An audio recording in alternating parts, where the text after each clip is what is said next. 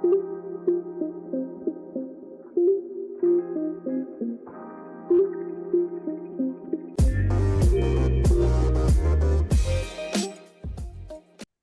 and welcome to another episode of the 60O podcast in collaboration today with Mark from NRL Fantasy Amateurs. Mark, how are you, mate? Living the dream as usual, mate. How are you? I'm not too bad, thanks. First of all, I just want to ask about your own podcast. It's been around for a few years now. I'm a big fan, like a lot of people are. Do you enjoy doing it? And how did it all start for you? Yeah, that's a good question. I enjoy doing it a lot of the time. The relentless march of Instagram messages for fantasy advice on a Thursday afternoon sometimes is a little bit overwhelming, but luckily we've got a good crew of people that sort of help us out, and the community sort of does a lot of heavy lifting, which makes it a lot easier for me. But yeah, it sort of started. Basically, I used to just do a lot of writing in a small fantasy group. Only had about 150, 200 members, and I really enjoyed just writing the content and providing my thoughts on specific players. I had a couple of claims to fame that endeared me to the group members, and then I had a difference of opinion with the person who ran that group, and decided to go and start my own community, sort of a halfway point between. There's a fantasy group there called NRL Fantasy Talk, which I think is run by the official NRL channel. And it's kind of, obviously there's a lot of people in there and it's a bit sort of messy. And then this other one was really sort of really small community. So I sort of wanted to find the really nice balance between that. And I felt like there was a gap there in the market for that product. And obviously there is, because we only just hit 4,000 Facebook group members today. And yeah, it's going really well. Fantastic. Congratulations on all the success you've had. It's been great to see the development of the podcast throughout the years. And you're totally right. And I say this all the time. If all a podcast was recording an episode, I'd do 2 a day. It would be easy, but it's not. It's not all that's involved. Hey, just on to fantasy for the year. A lot of questions that a lot of people start off with: Nico, Cleary, or both? That's actually a really good question. We sort of kicked that around on our Sharks podcast just recently. I'm a noted Cleary naysayer from way back. For anyone that listens to the podcast, for the last couple of years, 3 years in a row, in fact, I've been horrendously anti-Cleary in the preseason, and every year it's bitten me. And then last year I started making the switch, and I'm now a strongly pro Cleary guy. So naturally what'll happen is Nico will beat him this year, now that I've jumped ship. Fair enough. Do you get worried when you have those sorts of players? Like, clearly those two are the dominant two in fantasy at the moment. Do you get worried that if you don't pick them, particularly if you're playing overall, that it's just too hard to crawl back? Because throughout the year, you're gonna get your injuries, you're gonna get your suspensions. Like, that's natural. It happens to every team, even though everyone feels like it's only their team that cops injuries and suspensions. But do you feel like if you don't start with at least one, you could fall behind really quick? I do, and so one of the big focuses that we put on our podcast is we do a lot of what I would call game theory. I've borrowed that from a NFL podcaster that I really like. Their podcast is called The Undroppables. If anybody follows the NFL is really interested in him. He talks a lot on his podcast about the game theory and the strategy behind why we do what we do, rather than just blindly giving advice. This player's good, this player's bad, without any sort of context or reasoning or study to it. And there's a section that we did, basically the pros and cons of why rule number 1 exists. You know, anyone who's been playing fantasy for a long time will remember fantasy rule number 1 was by Cameron Smith, Captain Cameron Smith. That always used to be rule number 1, because he had a 60 average, which these days is kind of ho-hum and a bit boring. But back in those days, it was 60 was massive. Yes. So the reason that was rule number 1 is because of the advantage of having those high points. And so we actually do articles, and they're available on the website at the moment, where we drill into why it's so critical to start with those players from an actual game theory numbers perspective. And yes is the answer, because you take Cleary, for example, he's in over half of the teams at the moment. So, and everyone that owns him has him as the captain. So the risk to reward ratio of you not starting with him, particularly when it's the highest averaging player in the game, just makes it completely not feasible for you not to start with him. Yeah, that's right. And you're right about Cameron Smith. If Cameron Smith was playing today, it would be as if someone was averaging 75 to 80, compared to 10 years ago when he was averaging 60. It was quite phenomenal. I want to ask you, is there a player that outside of those two that when the teams come up and you could pick your team, you went to straight away? Was there just a magnet for you straight away for a player, whether there was some off-season talk or maybe you just had your mind on him about a price, or was there a player for you? There's a few guys. I subscribe to the players you like to watch theory. So, starting with players that you like to watch play is always a good time, makes the game more interesting. So in past years, I was always a big Andrew Fafita guy because I really liked watching him, even though I didn't like the Sharks. Yeah. And the wing fullback pairing of Ryan Pappenhausen and Jaden Campbell, I think is, price point wise, game theory wise, and enjoyment wise, they tick all three of those boxes for me. So they've been in every single draft of every team that I've had. But I don't know if your listeners want to get a hot piece of goss on the guy that I'm really hot at the moment, actually, as Will Penasini, who actually is not somebody that I had. So I had him when he was a cash cow, obviously, but hit the split on Penasini with and without Moses in a really, really tough center position is really sort of sucking me in, even at the price. So he's one that maybe is a lot less ownership. I think he's only 1% owned at the moment. The center position is such an interesting one, isn't it? Like that, whenever there's a second row center, bang, they're in straight away. You don't even look twice. But and if you don't get one of those, you're generally looking cheap, aren't you? You're looking for those cash cows in the center position, because the fact of the matter is they're not the big scorers in the NRL. Is that, apart from Penasini, have you gone cheap at center? Well, it's actually interesting that you bring that up. So one of these game theory aspects that we looked at in the off season was the fundamental change in how the NRL's running from previous years to this year. And what we actually saw was a drastic shift in two positions in particular.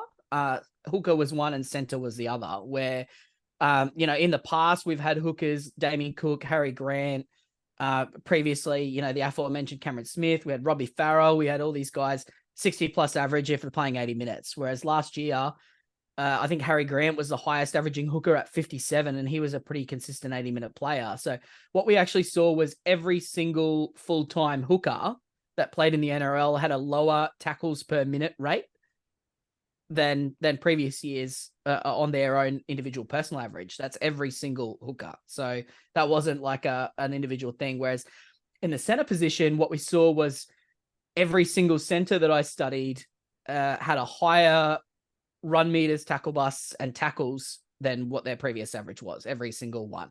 So what we actually saw was, in my opinion, maybe the early birth of a little bit of analytics in the NRL in terms of understanding players' workloads.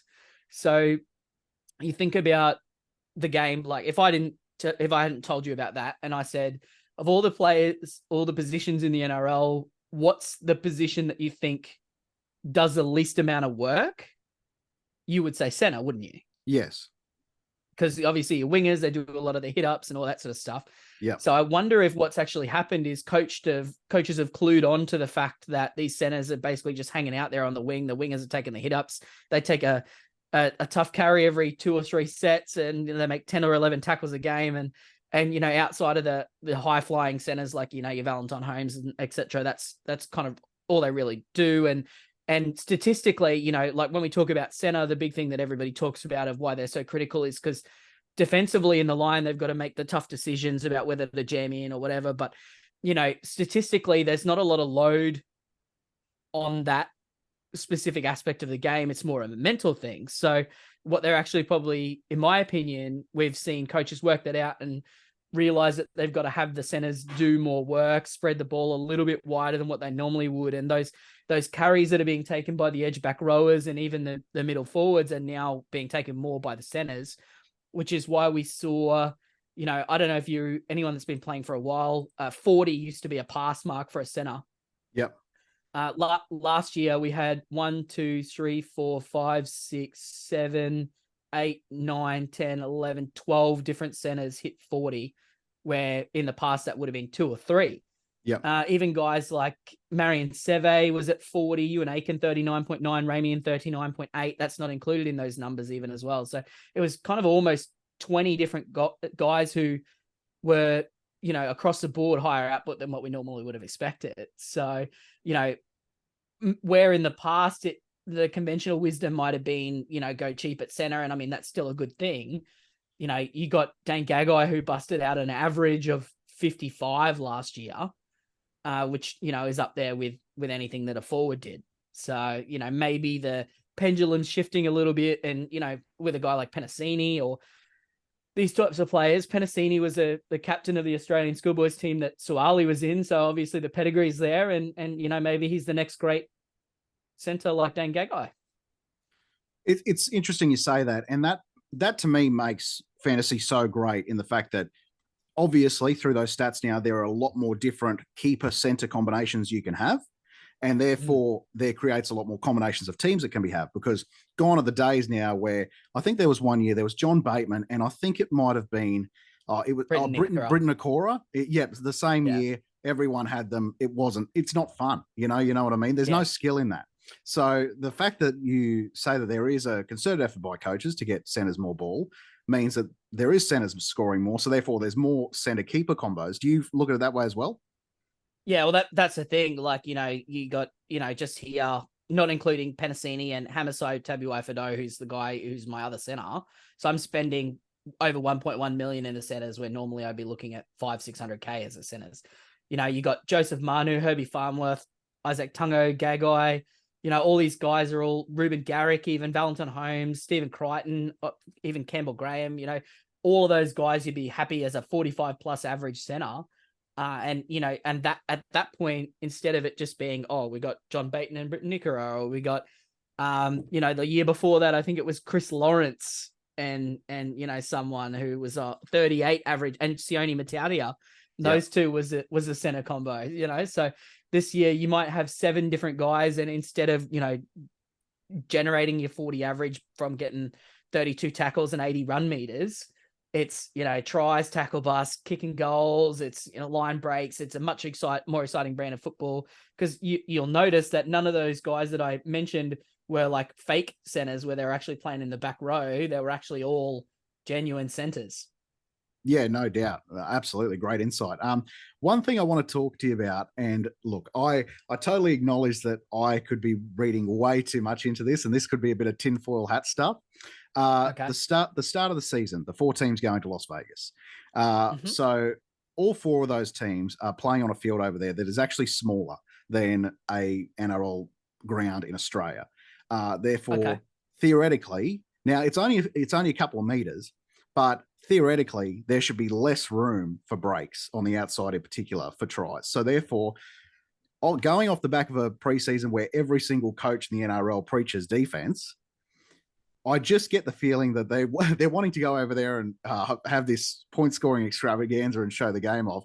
I think we might actually get a couple of dud games over there. Are you worried about the fact that going into the year, so maybe someone starts with Reece Walsh and Reece Walsh has a 20 in round 1. Maybe it's just something to look at as far as just round 1, maybe going, hey, Reece Walsh might be a bit of a discount in a couple of weeks, or just a couple of other players, particularly attacking stats wise, maybe just hold off on the first week. Yeah, I mean, ultimately there's definitely the potential for that. I mean, we try not to put too much stock in one game sample sizes either.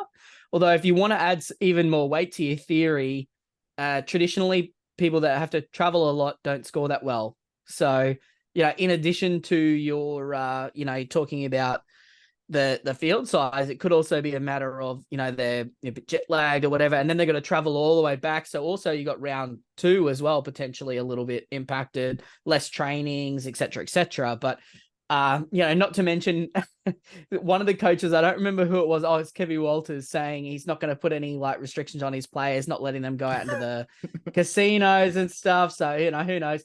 I think there's some sort of a market on which player is going to get into trouble in the off season. Hopefully they all behave themselves. But I think on the flip side of that, though, if there's going to be less points and more ball in play, do we put more towards the players that accrue base stats as being a benefit? So your Cameron Murray, Tavita Totola, who people are looking at, even Schuster.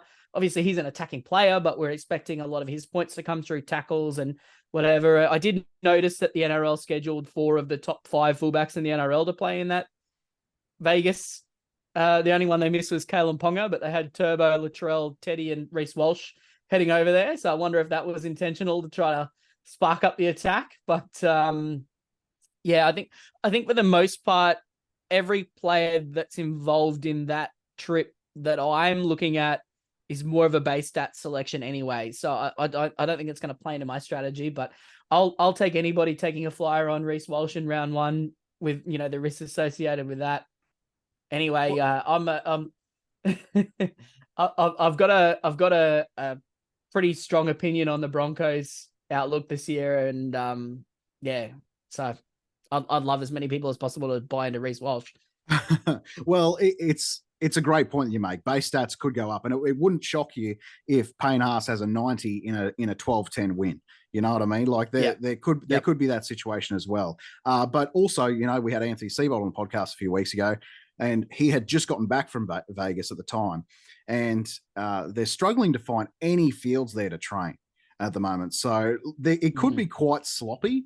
The football that we see over there, like I'm not expecting to see games of the year in Las Vegas. Like let's put it like that. Like I'm very prepared to see some dull football that all the game tries to pump up and go, this is the greatest thing ever, and all of us back here go, this is rubbish. So so I'm very prepared for that. I don't know if you remember a couple of years ago, they opened the season with Parramatta versus the Bulldogs in the absolute pouring rain on a Thursday night. Yes. And if that wasn't the worst game of NRL I've ever seen in my life. So, anything after that will be a pleasure. Yeah, absolutely. Absolutely. As far as trades go, do you map out the season as far as what targets you want to hit, or like as far as how many trades you want to have at certain times, or are you just a go with the flow sort of guy? I would be lying if I said I was a go with the flow sort of guy. I'd call myself a stay water guy. So I have a loose plan. I plan sort of 3 to 4 weeks in advance. But I never sort of spend all my trades in my planning, if that makes sense. So, we do a little bit of an assessment on trade levels, and basically you got to set aside a third of your trades through the year for injuries and suspension and unplanned trades. So, at any time you have to expect that something like that can occur. And if you're operating on, being able to plan your full trades constantly, you just, destined for failure and disappointment there. But we did a mid-season article, which we put out in sort of around 9-10 last year, basically like perfect buy planning, where we actually worked out how you could have perfect buy coverage through the entire period by using only 4 trades through the entire time, due to manipulating which teams have which buys in which weeks. So that was pretty cool. And Nigel, who was the guy who ended up actually coming second, was saying he used that article a lot for his planning. So I'm shamelessly plugging myself, but that it took I can't explain to you how many hours it took me to put that together. Yes. But it was, that was planning, but that was also, a bit of content building, and, because people sort of go, oh, I need to save a bunch of trades so I can max trade the whole way through the State of Origin period to keep up. And it's like, well, no, you don't actually have to do that, as long as you structure your team properly. And, we, once again, with the game theory, we talk a lot about, structuring your team and, following good process, because, like the NRL fantasy is part luck and part planning, and, the luck stuff is what it's going to be, and there's nothing you can really do about that. But if you follow a process, you have your structures in place, you have your plans for why you pick a certain type of player or avoid a certain type of player, you're going to be more successful more often than not, which is why we typically see a lot of the same guys up the top every year, because they have their process that they follow. Fantastic. And just final question, your favorite cash cow to start the season? Oh, okay. I feel that I don't know if this guy's even a cash cow. I'm really excited to see what Kyle Flanagan brings to the Dragons. I don't know if I'd say he's my favorite cash cow, but I really want to see him succeed, and I think he and Ben Hunt can be a really good combination. So yeah, probably him. I'm not overly passionate about any of them, to be completely honest. I'm really hoping that we get some more, like a KL Ero or someone like that comes up, because at the moment we're sort of staring down the barrel of Danny Levi and a few players like that being our linchpins. Hey, mate, this has been a lot of fun. I really appreciate your time this afternoon. We'll do this a couple of times throughout the year as well. It's a lot of fun. I really appreciate your time. You've done a hell of a job with your podcast, so congratulations on all the success in that, and hopefully talk soon, hey? Yeah, sounds good. Same to you. Thanks for having me on, and it's always good to, try to be the guest contributor rather than the host every now and then. It's a nice break. So yeah, I'll look forward to it. Absolutely. That's Mark from the NRL Fantasy Amateurs. My name is Tom from the 6Go Podcast, and that is Full Time.